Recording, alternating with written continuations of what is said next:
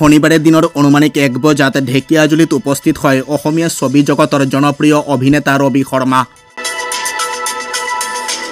উল্লেখ্য যে ৰুদ্ৰ চিনেমাৰ প্ৰচাৰৰ বাবে ঢেকিয়াজুলিৰ নক্ষত্ৰ চিনেমা হলত কলা কুশলীসকলক লগত লৈ আজি উপস্থিত হয় অসমীয়া ছবি জগতৰ জনপ্ৰিয় অভিনেতা ৰবি শৰ্মা।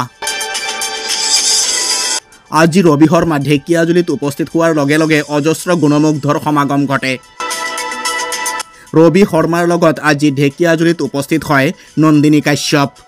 প্ৰথম কথা হৈছে যে মই প্ৰথমতে আমাৰ দৰ্শক ৰাইজক মই মোৰ নতশিৰে প্ৰণাম যাচিছোঁ আৰু ধন্যবাদ জ্ঞাপন কৰিছোঁ। তেওঁলোকে ইমান মৰম আমাক দিছে আৰু এই ধৰণে যদি তেওঁলোকে মৰম দি থাকে অতি শীঘ্ৰেই চাগে হয়তো আৰু এটা দশকৰ ভিতৰত অসমীয়া বিনোদনধৰ্মী ছবি ভাৰতবৰ্ষৰ যিকোনো এখন ছবিৰ লগত সমান্তৰালভাৱে থিয় হ'ব পাৰিব, সেইটো মোৰ বিশ্বাস।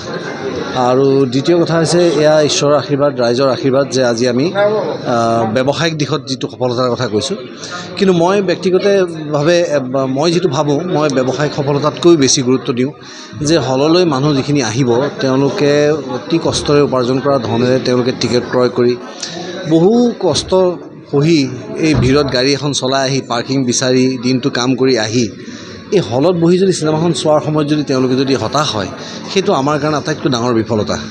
গতিকে সেই ক্ষেত্ৰত আমি সফল, কাৰণ এতিয়ালৈকে আমি দৰ্শক ৰাইজৰ ব্যক্তিগত ছ'চিয়েল মিডিয়া হেণ্ডেলছবিলাকৰ পৰা যিটো ফিডবেক পাইছোঁ, তেওঁলোকে আমাক জনাইছে যে তেওঁলোকে ছবিখন খুব বেছি ভাল পাইছে আৰু গৌৰৱ অনুভৱ কৰিছে যে অসমীয়া ছবি আজি এই ধৰণে আমি উপস্থাপন কৰিব পাৰিছোঁ।